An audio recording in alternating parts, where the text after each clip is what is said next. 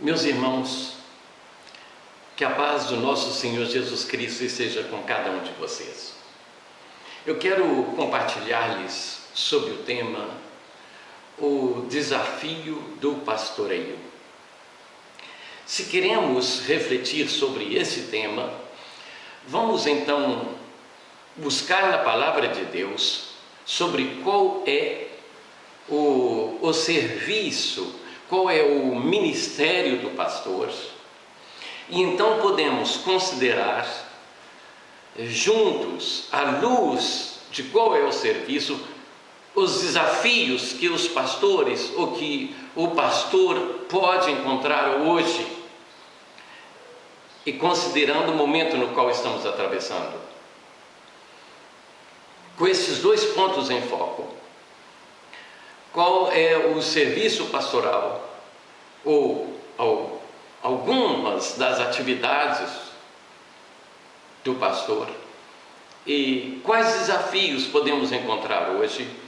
Vamos olhar então na palavra de Deus um texto no qual encontramos um salmo, no qual encontramos o salmista Davi nos apresentando um pastor maravilhoso. O Salmo 23. Queridos, nele o salmista nos apresenta Deus, ou apresenta o Senhor como o seu pastor, e mostra o cuidado do Senhor para com ele, o salmista. Então, olhando para esse salmo, vendo o cuidado pastoral, vamos olhar então para o ministério pastoral hoje e vamos pensar nos desafios que encontramos. A primeira característica que o salmista apresenta do Senhor como seu pastor é: o Senhor é o seu provedor. O pastor provê a alimentação para o rebanho. O salmista diz, verso 1, verso 2, verso 3 e verso 5: o Senhor é o meu pastor, nada me faltará. Ele me faz repousar em pastos verdejantes, leva-me para junto das águas de descanso. Verso 3: refrigera a minha alma. Verso 5: preparas-me uma mesa na presença dos meus adversários. Unges-me a cabeça com óleo, meu cálice transborda. Vamos ao serviço apresentado: levar o rebanho aos pastos verdejantes, às águas tranquilas, ungir a cabeça da ovelha, fazer transbordar o seu cálice, preparar-lhe uma mesa. Queridos irmãos, é certo que o Senhor do salmista, o nosso Senhor, é também o nosso pastor. Jesus Cristo disse: eu sou o bom pastor. O apóstolo Pedro nos fala de um supremo pastor.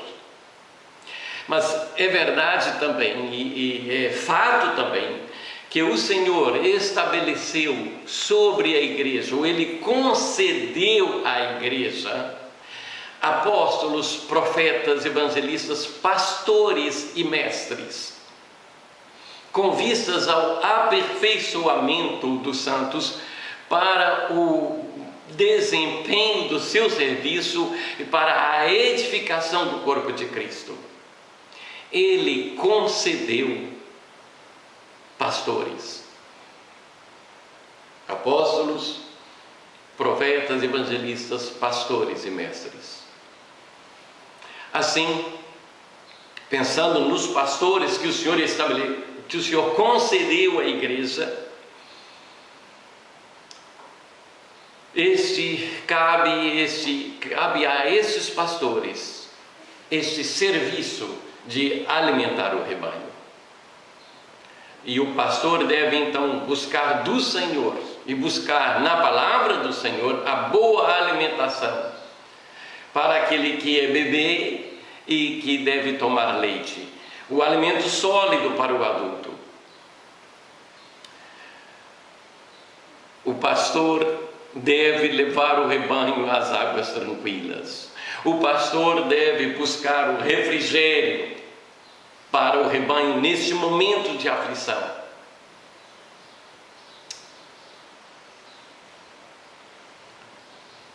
Qual é o desafio que nós encontramos hoje para esta atividade de alimentar o rebanho? De repente, um dos locais onde o rebanho se encontrava para alimentar, que são os nossos locais de cultos, ou casas onde grupos menores se reuniam, foram fechadas para esses encontros. E em alguns lugares onde está havendo uma reabertura dos locais de culto, essa reabertura está sendo feita com normas. Eu creio que cada um de vocês deve saber como isso está sendo feito em sua cidade. Mas pode haver limitações no número de pessoas na igreja ou no local de culto. Pode haver limitações considerando a saúde daqueles que vêm, a idade daqueles que vêm e até mesmo por quanto tempo nós vamos estar reunidos. Queridos irmãos, num certo sentido, essa situação foi pior do que se o nosso local de culto tivesse vindo por terra. Porque então poderíamos nos reunir sobre os escombros. Mas hoje, o local de culto está ali, a igreja está lá, o templo está lá, mas fechada para o rebanho. Nós devemos tirar lições deste momento que atravessamos. Nós não conhecemos mesmo, nós somos limitados sobre o que pode vir amanhã. E, queridos irmãos, uma outra lição é quão é importante a alimentação que estamos dando para o rebanho hoje. Vejam bem, se nós vamos alimentar as ovelhas, se o pastor vai dar um alimento para a sua igreja e a próxima reunião será daqui 3 meses, qual será o alimento a ser dado hoje? Mas e se já fazem 2 meses e as ovelhas não vêm? Qual foi o último alimento que foi entregue para o rebanho há 2 meses atrás? Alimentar o rebanho e alimentar com uma boa alimentação. Um segundo desafio é: o que faremos para que as crianças e os velhos, para que os idosos, para que os enfermos e os saudáveis, para que os novos na fé, os bebês na fé e os adultos possam receber alimento hoje? Bom, nós temos o Facebook, temos o WhatsApp, nós temos o YouTube, nós temos o Zoom. Mas, irmãos, as ovelhas estão recorrendo a esses instrumentos de comunicação? E aquelas que não têm oportunidade de acessá-los? Queridos, é hora de os pastores se reunirem com seus líderes numa reunião de 2 pautas. Qual alimento estamos dando para o rebanho hoje? E o alimento está indo a todas as ovelhas? Se o rebanho não está sendo bem alimentado, ou se uma parte do rebanho não está sendo alimentada, meus irmãos, daqui a alguns meses poderemos ter ovelhas subnutridas, ovelhas enfermas, ou ovelhas que comeram ervas que não deviam comer. Queridos, levar a boa alimentação para a igreja e levá-la para a igreja toda, aqui está o desafio do pastoreio hoje. A segunda característica que o salmista nos apresenta, falando do Senhor como o seu pastor, é que Ele é o seu guia. No verso 3, ele diz: guia-me pelas veredas da justiça por amor do seu nome. Queridos irmãos, Deus não é somente o pastor que supre a sua ovelha, mas Ele guia a sua ovelha, Ele guia Davi e Ele nos guia por caminhos, por veredas de justiça. Mas, se temos Deus como nosso pastor, se temos o Senhor Jesus, se o Espírito Santo está conosco e se nós temos a palavra de Deus escrita e dela podemos tirar direção, instrução para o nosso caminhar, a verdade é também que o Senhor estabeleceu líderes, pastores sobre a igreja, e esses pastores têm a responsabilidade de dar direção, de guiar o rebanho, de conduzir o rebanho. Qual é o desafio que temos hoje? Estamos num mundo conturbado, confuso. Essa situação atual tem trazido confusão ao mundo.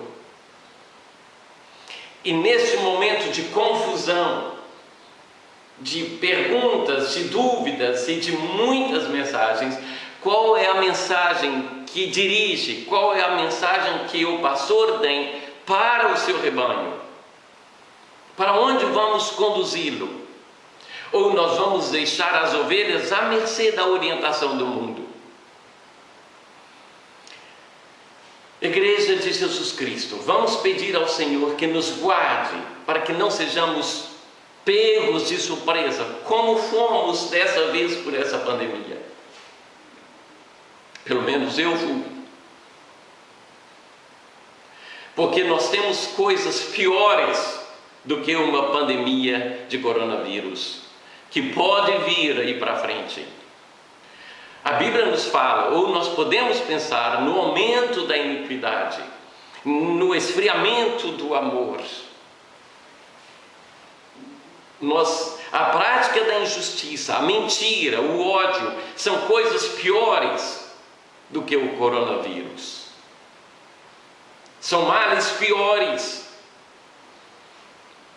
Afetam a alma e podem afetar o avanço da igreja mais do que essa pandemia pode. Qual é o desafio do pastoreio hoje?